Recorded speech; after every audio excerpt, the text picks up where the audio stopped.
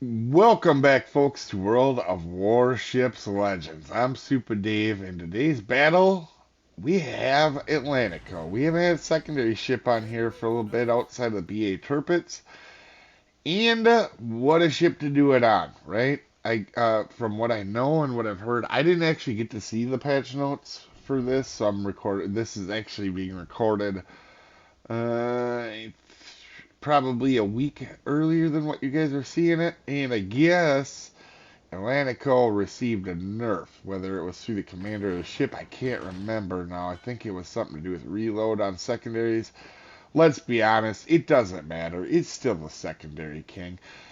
This ship is so much fun to play. Now I used to just drive in like everybody used to when the ship came out and just see what happened and died a lot, but I am a lot smarter now, having watched enough German battleships do that. And I think secondary ships probably my favorite thing to play in the game when I get a chance. I like all ships. I win most in destroyers, obviously. Cruisers as a whole, probably the most fun to play for me. But secondary ship, battleships, a lot of fun. Probably as a subgroup, they're probably my favorite to play. Uh, I know that sounds crazy because you guys see a lot of battleship videos on here too. I like battleships too. I like them all. I don't consider myself one type of player, but you're gonna see we're gonna be smart coming in here. We're on Sleeping Giant, and we're gonna be smart with this. But if you can get the middle cap, we spawned middle, so I tried to stay middle. And Atlantico may be the best ship in the entire game for trying to keep the middle. All right, that isn't a destroyer. And for the tier, I just can't think of anything that's better at keeping the middle of a map. And that was a poor shot judgment. I thought I was going to get a better shot off on him. Probably, and I thought the island was going to keep me undetected. It wasn't, sadly. I should have definitely just not shot there because you see that's the only time I'm spotted for the first 4 or 5 minutes here. But that's okay. He trades back with getting no damage as well on his own. So we trade terrible shots. So we're going to go ahead and we're going to keep pushing up, right? There's no threat to us. We're not getting ourselves in a bad position here. We're not spotted. So that's one huge indicator right now is we're not spotted. We want to stay by our destroyer to make sure he knows we're going to help him if crap goes bad on him. But no, nothing's going bad. There's no destroyer here right now. So we got the B cap, and my always thing is cap control, right? If you can get A early, and you can see we're moving in right now. If you can get this cap early, it is a hard match to lose because this is one cap that is hard to turn around. As we see Belfast 43, the 43 is important. Why? We know he's got torps, right? The Belfast 43, we know he's got torps. We're going to go in here. We're still unspotted, and we got secondaries going off of both sides. What a bonus. We're going to move in here. And obviously, we saw Belfast come in here. We're being a little bit careful. We're just keeping an eye on what's going around. As you guys notice, I'm always looking around. That's something I didn't do when I first started playing this game. Being aware of the entirety of the map, as you can see, we are getting sonared, so Belfast knows exactly where we are. So I continue like I'm going to go around the mountain. Why? Because he's got torps, and I don't know where he is, but I'm making an assumption he's coming to my right.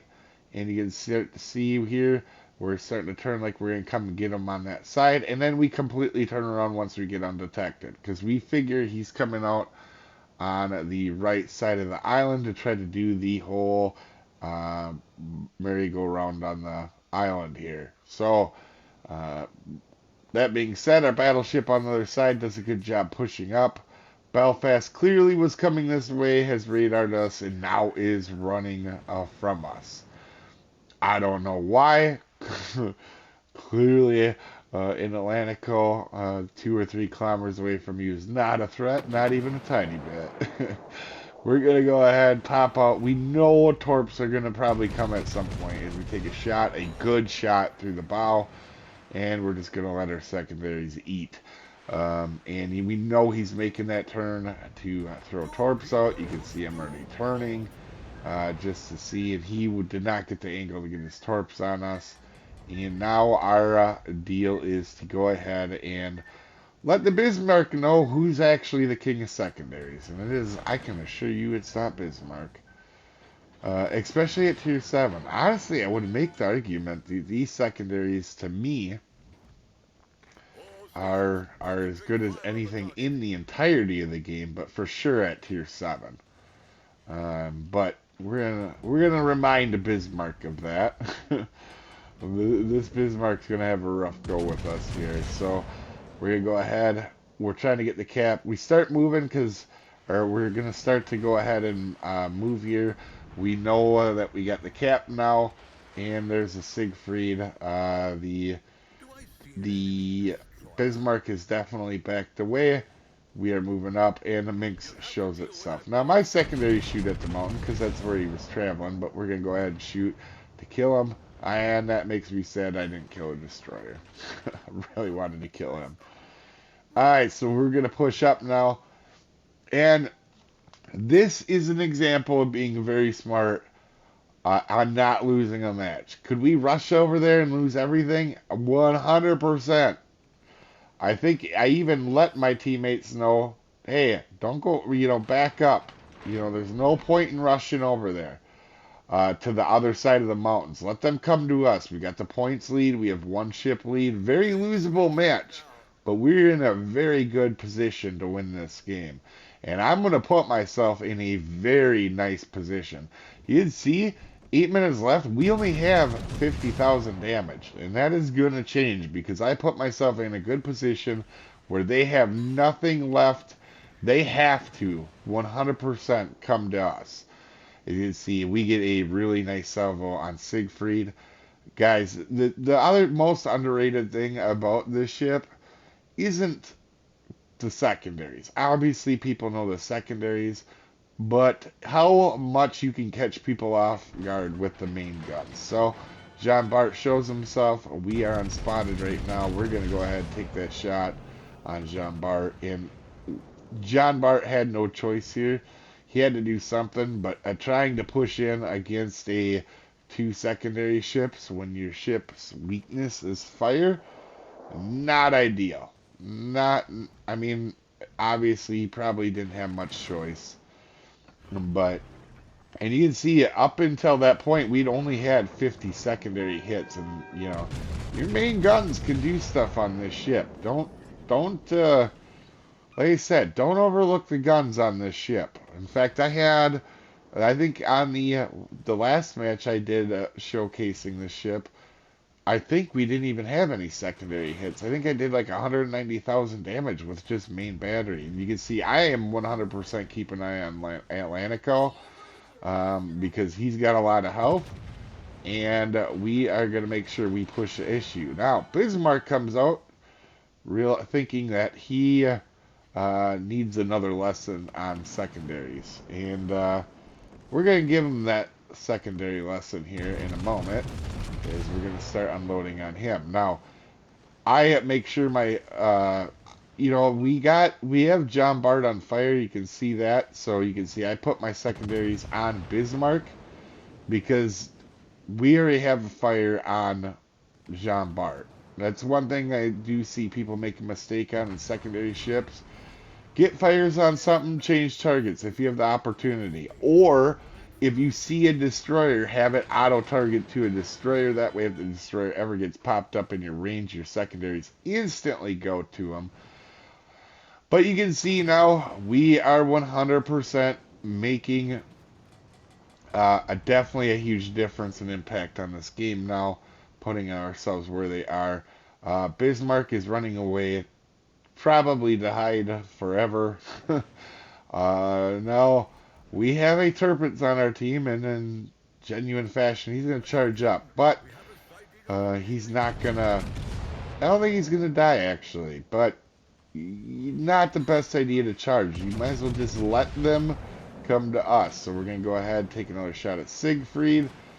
We get our high caliber, and Atlantico is now putting himself in a position. Now I back up because why would a Siegfried be coming through a gap, right? Like, you know torpedoes are coming. I started backing up right away before that. And he's making it another turn. You think more torpedoes are probably coming.